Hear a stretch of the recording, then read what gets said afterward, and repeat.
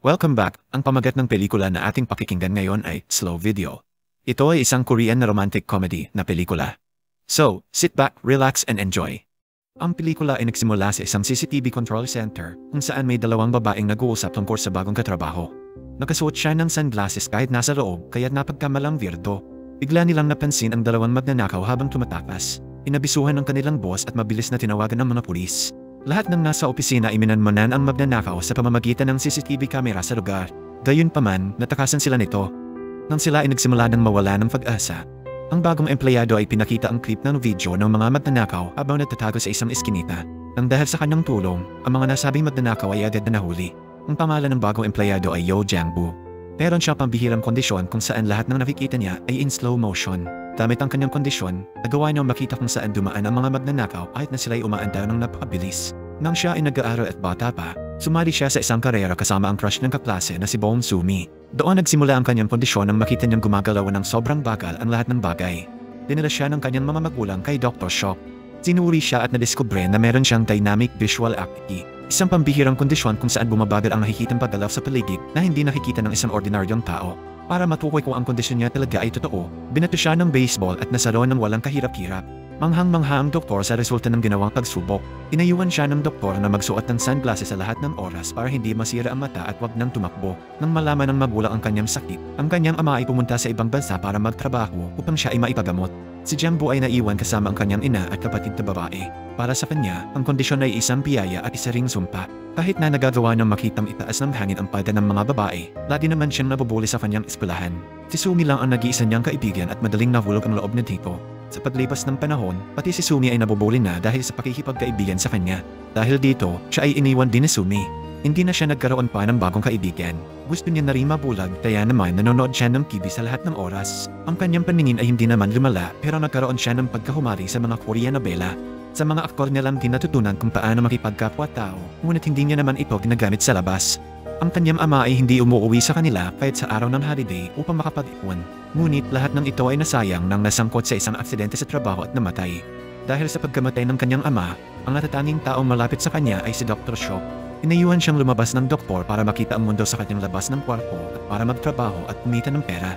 Dito nagsimulang magtrabaho si Jang-bu sa isang CCTV control center. Gusto niya laging nakakakita ng tao sa screen dahil naaalala niya ang mga pinapanood na Korean novela. Ang kinaibahan lang ay wala itong script at lahat ay bida. Ang katrabahong si Byung-soo ay ikinuwento sa kanilang boss ang pagiging tahimik niya. Kanyang ipinamako na susubaybayan si Jang-bu dahil sa natatanda nitong talento. Pagkatabi silang nakaupo sa trabaho, lagi niya ding sinusubukang makipag-usap kay Jang-bu. Subalit dahil sa pagkamahiyain nito, sumasagot lang ito sa kanyang isipan. Habang pinapanood ang mga kamera, makikita siyang binibilang at dinubuhit ang hakbang ng mga tao. Nagtaka si Byung-soo kung ano ang ginagawa niya, subalit nahiya itong itanong kung ano ito. Para kausapin, tinanong ni Byung-soo kung meron na siyang kasintahan. Doon niya naalala ang kababatan si Sumi kaya't agad na pumunta sa kanyang bahay ng sumunod na araw. Si Sumi ay malaki na at isang napakagandang dalaga. Subalit, ito ay may problemang pinansyal at laging pinupuntahan ng kolektor ng utang. Pinadmasdan siya ni Jang-bu sa malayo ngunit takot naman na kausapin siya. Simula ng araw na yon, araw-araw na siyang pinapanood sa CCTV camera at kinakabisa ang bawat pinupuntahan. Tuwing gabi, umiinom ito ng soda sa harap ng isang coffee shop kaya dinaya niya din ito. Nakakita siya ng isang inabandonang sofa sa daan at hinila ito sa tapat ng coffee shop. Napansin ni Sumi ang sofa at nagtaka kung saan ito galing. Sa sumunod na araw, siya ay na-stuck sa isang bus stop dahil sa malakas na ulan. Nakita ito ni Jang-bu sa kamera at pumunta kasama si Byung-soo para tulungan siya. Inayuman niya si Sumi gaya ng mga nakikita sa Korean novela. Subalit natakot si Sumi at tinawag siyang bastos. Sa sunod na araw, ang dalawa ay pumunta kay Dr. Shock at humingi ng payo kung paano mai-impress ni Jang-bu si Sumi. Kanyang ipinayo na magbigay ng bulaklak.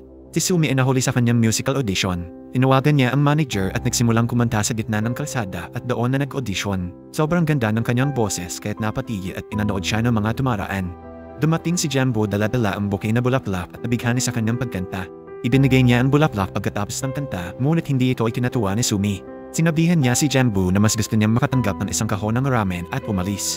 Tinawag niya ang kanyang pamalan at nagpakilala na siya ang best friend nito nang sila ay mga bata pa. Subalit siya ay nagsinungaling at sinabing Oh Sumi ang kanyang pamalan at hindi Bong Sumi. Kanyang inakala na mali ang babaeng sinusundan pero hindi napigilan mahulog ang loob ni Rito. Sa sumunod na araw, sila'y nagkasalubong at pinabitbit ang dala-dalang grocery kay Jang-bu.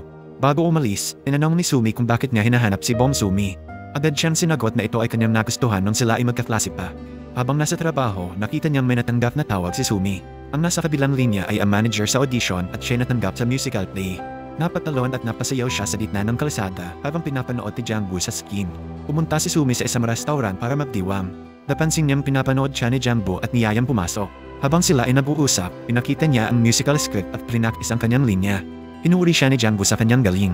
Pinakita rin ni Jang Woo ang kanyang natatanging talento sa pagbasa sa numerong nakasulat sa kutsara habang ito ay hinahati sa kanya.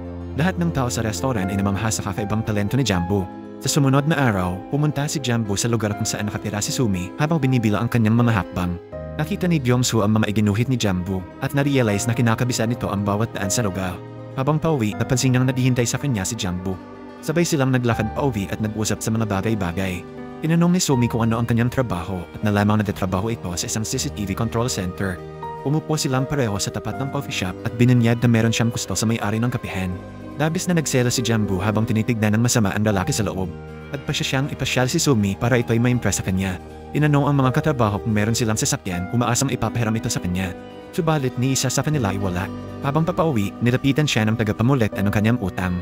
Sinimulan siyang sigawan nito at nagbantang sasaktan kung hindi magbabayad. Dumating si Jang Woo at Byung-soo sa tamang oras at niligtas si Sumi. Pagkabalik ni Jang Woo sa trabaho, sumigaw sa isang kamera si Sumi at nagpasalamat. Pagkatapos nito, silang dalawa ay nagkita sa isang parke at nag-usap ng matagal. Tinanong ni Jang Woo kung bakit niya gustong magkaroon ng sasakyan kung saan isinagot ni Sumi ang kagustuhang makapunta sa dagat. Dahil sa walang mahanap na sasakyan, nakipagkaibigan si Jang Woo sa isang bus driver sa pamamagitan ng pagsama dito araw-araw.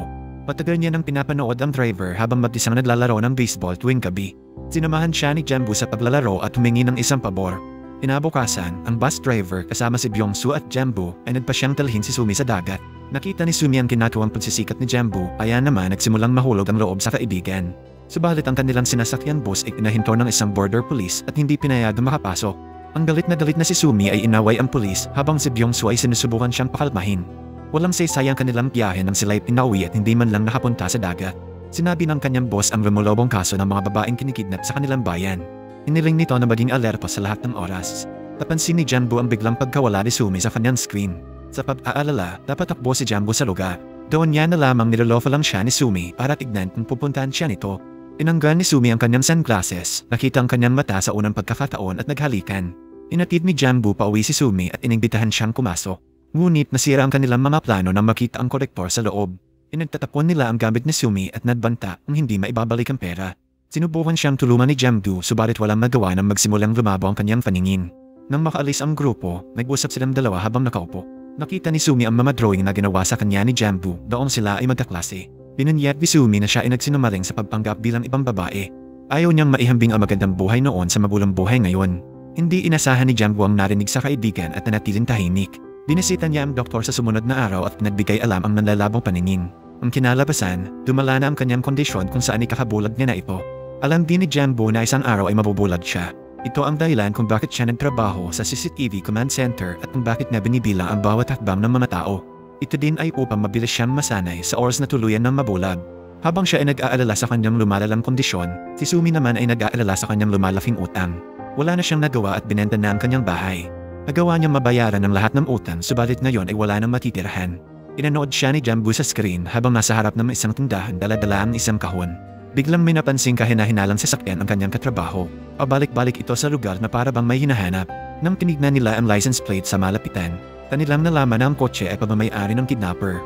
Ipinaalam agad ito ng kanilang boss sa mga pulis. Subalit biglang nawala sa kanilang screen ang sasakyan. Kaagad na kinabahan si Jang Woo nang kasabay ding nawala si Sumi sa kanyang screen. Nagmadali siyang umalis para mailigtas si Sumi sa kapahamakan. Inawagan ni Byung-soo ang kaibigang driver at humingi ng tulong. Habang nasa daan, tuluyan na siyang nawala ng paningin at bumangga sa isang sasakyan. Habang naglalakad, si Sumi ay nilapitan ng isang lalaki at pinagbantaan siya kung hindi sasakay ng kotse. Bago tuluyan makidnap, si Jang Woo ay nagsimulang sumigaw at tumakbo papunta sa dalawa. Ang kidnapper ay natakot at tumakas habang si Jang Woo naman ay muntikan ng masagasaan ng isang trap. Sa tulong ng mga kaibigan, nahuli nila ang kidnapper habang ito ay papatakas. Dumating ang mga pulis at kinuha si Sumi upang kunan ng payag sa nangyari. Si Jang Woo ay naiwang mag-isa sa kalsada. Pagkalipas ng ilang sandali ay dumating ang kanyang kaibigan. Umiiyak siya habang hawak-hawak ang kamay ni Byung-soo at humingi ng tulong dahil tuluyan na siyang nabulag. Ilang buwan na nakalipas pagkatapos ng insidente, si Sumi ay naging abala sa kanyang bagong buhay at hindi na nagpakita pa kay Jang Woo. Lumipas ang panahon, napansin niya si Jambu habang nasa loob ng paboritong coffee shop. Masaya niya itong nilapitan at tinawayan subalit nabigla nang nilabas ang isang tungkod at pumunta sa ibang direksyon. Sinundan niya ito sa paglalakad at nakapunta sa isang art gallery. Ang loob nito ay puno ng kanyang mga larawan na iginuhit ni Jambu. Nawala ang kanyang paningin ngunit tanda niya pa rin ang itsura ni Sumi at kanilang mga pinagsamahan. Sa sumunod na araw, sinundan niya si Jambu pero ngayon ay tinanong siya ng bulat na kaibigan kung saan niya gustong pumunta. Kanyang na-realize na naaamoy siya ni Jambu at doon nagtapos ang kwento. At dito nagtatapos ang buod na ito. Kung ito po ay inyong nagustuhan, please subscribe sa Instant Tagalog Recaps. Ingat at maraming salamat po.